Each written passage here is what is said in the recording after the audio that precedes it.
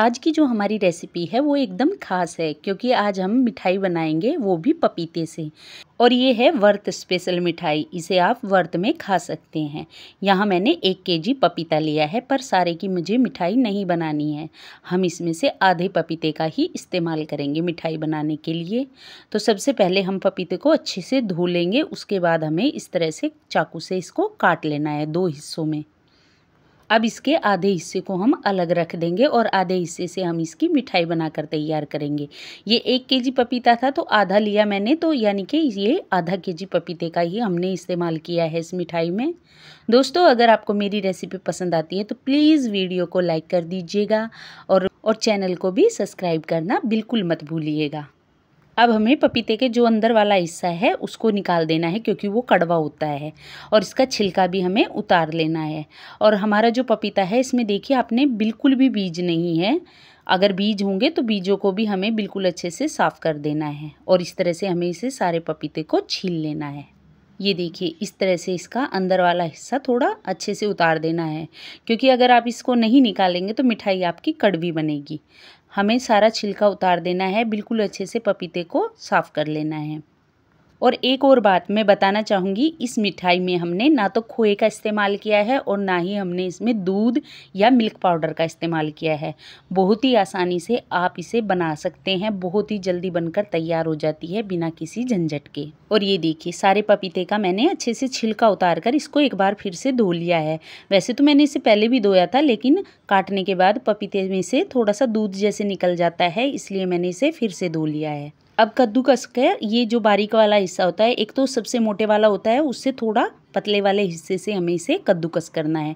ज़्यादा बारीक वाले से भी नहीं करना है, बस मीडियम वाला होता है जो कद्दूकस में, उससे हमें सारा पपीता कद्दूकस कर लिया है। पपीते को कद्दूकस करने के बाद में एक बार मैं आपको कप्स के नाप से दिखा देती हूँ ताकि आपको मिठाई बनाने में आसानी रहे। तो देखिए नाप से ये 1 कप भर गया है, तो बाकी का भी हम भर लेते हैं। इसको हम साइड में रख देते हैं। और ये देखिए बाकी का भरने के बाद में हमारा आधा कप ही भरा है, तो ये हो गया 1.5 कप। तो आधा केजी पपीता 1.5 कप हो गया है कद्दूकस करने के बाद में। तो नाप करने के बाद में चलिए अब मिठाई बनाना शुरू करते हैं। यहाँ मैंने कढ़ाई ले ली है। कढ़ाई को गर्म करने के बाद में हम इसमें डाल देंगे 1 चम्मच देसी घी। और देखिए इसमें मैंने सिर्फ 1 चम्मच, जो खाने वाली चम्मच होती है घर में इस्तेमाल की जाती है, उसी के नाप से 1 चम्मच घी लिया है। ज़्यादा घी का भी हमें इसमें इस्तेमाल नहीं किया है। अब हम सारा कद्दूकस किया हुआ पपीता इसमें डाल देते हैं।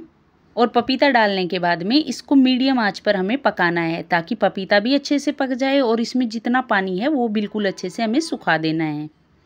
थोड़ी देर इसको इसी तरह से लगातार चलाते हुए हमें पकाना है, क्योंकि हरी सब्जियों में बहुत ज़्यादा पानी होता है। पानी बिल्कुल अच्छे से सूख जाएगा तभी हम इसकी बर्फ़ी बना पाएंगे। थोड़ी सी देर इसको फ्राई करने के बाद में अब हमें इस पर ढक्कन लगाकर पकाना है ताकि पपीते का कच्चापन निकल जाए और पपीता बिल्कुल अच्छे से नरम हो जाए। ढक्कन लगाकर पकाने के लिए आपको गैस का फ्लेम मीडियम रखना है ताकि पपीता बिल्कुल अच्छे से पक जाए पर जले ना। तो देखिए 2 मिनट के लिए मैंने इस पे ढक्कन लगाया था और पपीता जो है हल्का सा नरम हो गया है। बस इतना ही हमें इसे पकाना था। अब इसको बिल्कुल अच्छे से थोड़ी देर और फ्राई करेंगे, क्योंकि इसमें ना थोड़ा सा पानी दिख रहा है, तो वो भी बिल्कुल अच्छे से सूख जाना चाहिए। तो देखिए इसको मैंने लगातार चलाते हुए 5-6 मिनट फ्राई कर लिया है और इसका जो पपीते का पानी है दबाने से भी नहीं दिख रहा है, यानी कि इसका पूरा पानी अच्छे से सूख गया है। अब हम इसमें चीनी डालेंगे। यहाँ मैंने 1.5 कप चीनी लिया है। आप सोच रहे होंगे कि मैंने 1 ही कप चीनी का दिखाया डालते हुए और बोल रही हूँ मैं 1.5 कप डालने के लिए। तो इसके लिए मैं आपको सॉरी बोलना चाहती हूँ, क्योंकि मैंने 1 कप तो डाल दिया था, लेकिन जैसे ही मैंने आधा कप डाला तो वीडियो पता नहीं कैसे बंद हो गई, वो मैं रिकॉर्ड नहीं कर पाई। तो इसलिए मैं आपको बताना चाहूँगी कि आप इसमें 1.5 कप भर के चीनी का डाल लीजिएगा। तो चीनी डालने के बाद में चीनी को बिल्कुल अच्छे से मिक्स कर देना है। गैस का फ्लेम आपको मीडियम रखना है और इसको लगातार चलाते हुए पकाना है। और चीनी डालने के बाद में आपको पानी या दूध का इस्तेमाल नहीं करना है। जैसे जैसे चीनी घुलेगी वैसे वैसे पपीते में से पानी निकलना शुरू हो जाएगा। और थोड़ी देर बाद देखिएगा जैसे जैसे ये पकेगा वैसे ही चाशनी पतली होना शुरू हो जाएगी। ये देखिए जैसे जैसे चीनी घुल रही है वैसे ही पपीते में से पानी निकलना शुरू हो गया है। बस आपको लगातार चलाते हुए ही इसे पकाना है। ऐसे ही अगर आपने छोड़ दिया तो चीनी तले में चिपक जाएगी और जल जाएगी और जो हमारी मिठाई है उसमें से एक जलने जैसी स्मेल आने लग जाएगी। इसलिए आपको ध्यान रखना है, लगातार चलाते हुए ही पकाएं इसको। और ये देखिए थोड़ी देर पकने के बाद में चीनी बिल्कुल अच्छे से घुल गई है और इसमें से बहुत सारा पानी निकल गया है। अब हमें गैस का फ्लेम हाई कर देना है, क्योंकि हाई फ्लेम पर ये पानी जो है बिल्कुल अच्छे से जल्दी से सूख जाएगा और हमारे बर्फ़ी का बैटर बनकर तैयार हो जाएगा।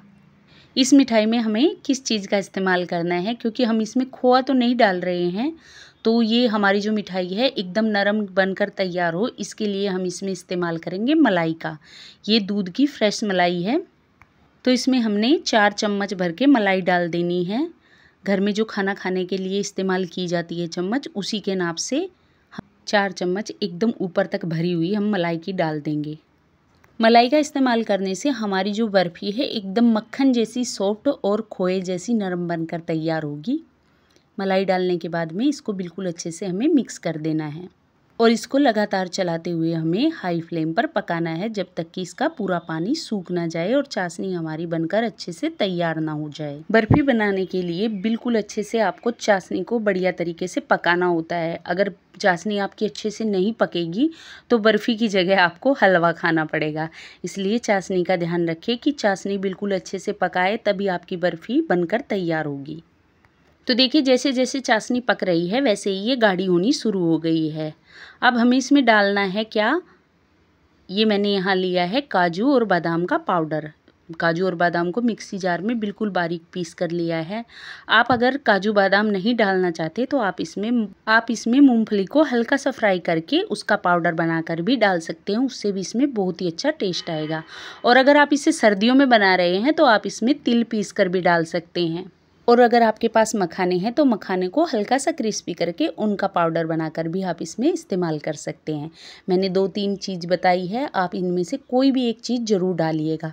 इससे जो हमारी बर्फ़ी है ना उसका टेस्ट बहुत ही अच्छा आएगा। तो देखिए काजू बादाम का पाउडर डालने से बैटर जो है ना बिल्कुल अच्छे से गाढ़ा हो गया है, लेकिन अभी भी ये बिल्कुल अच्छे से नहीं पका है। अगर हम इतना गाढ़ा होने पर इसे जमा देंगे तो बर्फ़ी बिल्कुल अच्छे से नहीं जमेगी। अब हमें इसको और पकाना है जब तक कि कढ़ाई में ये साइड साइड से सूखने ना लग जाए और कढ़ाई के तले में चिपके ना, कढ़ाई को छोड़ दे ये, तब तक हम इसे लगातार चलाते हुए पकाएंगे। अब हमें गैस का फ्लेम मीडियम कर लेना है, क्योंकि पानी तो हमने इसका सारा जला दिया है। अब ये बैटर भी थोड़ा गाढ़ा हो गया है तो जलने का चांस रहता है, तो आप गैस का फ्लेम मीडियम करिए और इसको लगातार चलाते हुए पकाइए।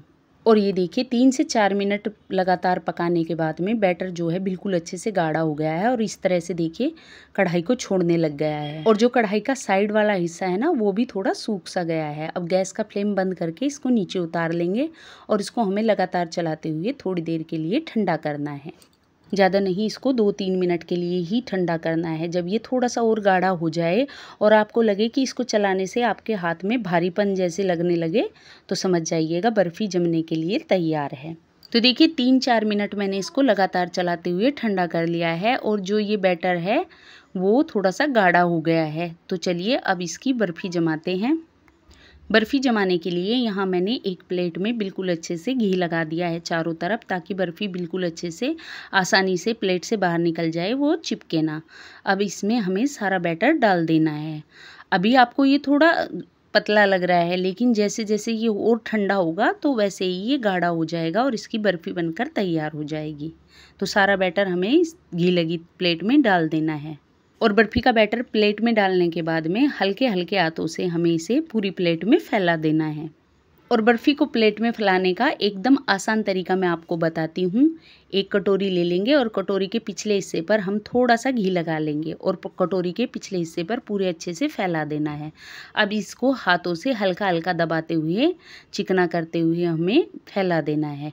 इससे क्या होगा ना, बर्फ़ी भी आसानी से फैल जाएगी और एकदम ऊपर से चिकनी हो जाएगी बराबर।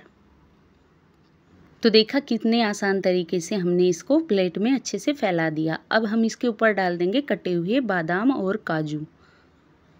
मैं इस बर्फ़ी को व्रत के लिए बना रही हूँ, तो इसलिए मैंने इसमें फूड कलर का इस्तेमाल नहीं किया। आप चाहे तो इसमें ग्रीन कलर का या रेड कलर का फूड कलर भी डाल सकते हैं, जिससे बर्फ़ी और भी ज़्यादा खूबसूरत लगेगी। ड्राई फ्रूट डालने के बाद में एक बार बिल्कुल अच्छे से इसको दबा देना है। एकदम हल्के-हल्के हाथों से दबाइएगा, ताकि ड्राई फ्रूट जो है बर्फ़ी पे बिल्कुल अच्छे से चिपक जाए। अब इसे थोड़ी देर के लिए पंखे के नीचे रख दिया था और देखिए बर्फ़ी बिल्कुल अच्छे से सेट हो गई है और ठंडी भी हो गई है। अब इसे चाकू से काट लेते हैं। चाकू के काटने से ही आपको पता चल रहा होगा कि बर्फ़ी हमारी जो है एकदम मक्खन जैसी सॉफ्ट और खोए की मिठाई जैसी नरम बनकर तैयार हुई है। और जबकि हमने इसमें मिल्क पाउडर या खोए का इस्तेमाल बिल्कुल भी नहीं किया है और खाने में भी ये बहुत ही नरम बनी है और इसको आप 2-3 हफ्ते के लिए आराम से स्टोर करके रख सकते हैं। 9 दिन तक अगर आप फास्ट रख रहे हैं तो एक बार इसको बना लीजिएगा, पूरे 9 दिन तक इसको एंजॉय कीजिएगा, ये बिल्कुल भी ख़राब भी नहीं होगी। और आप इसे अपनी मनचाही शेप में काट सकते हैं।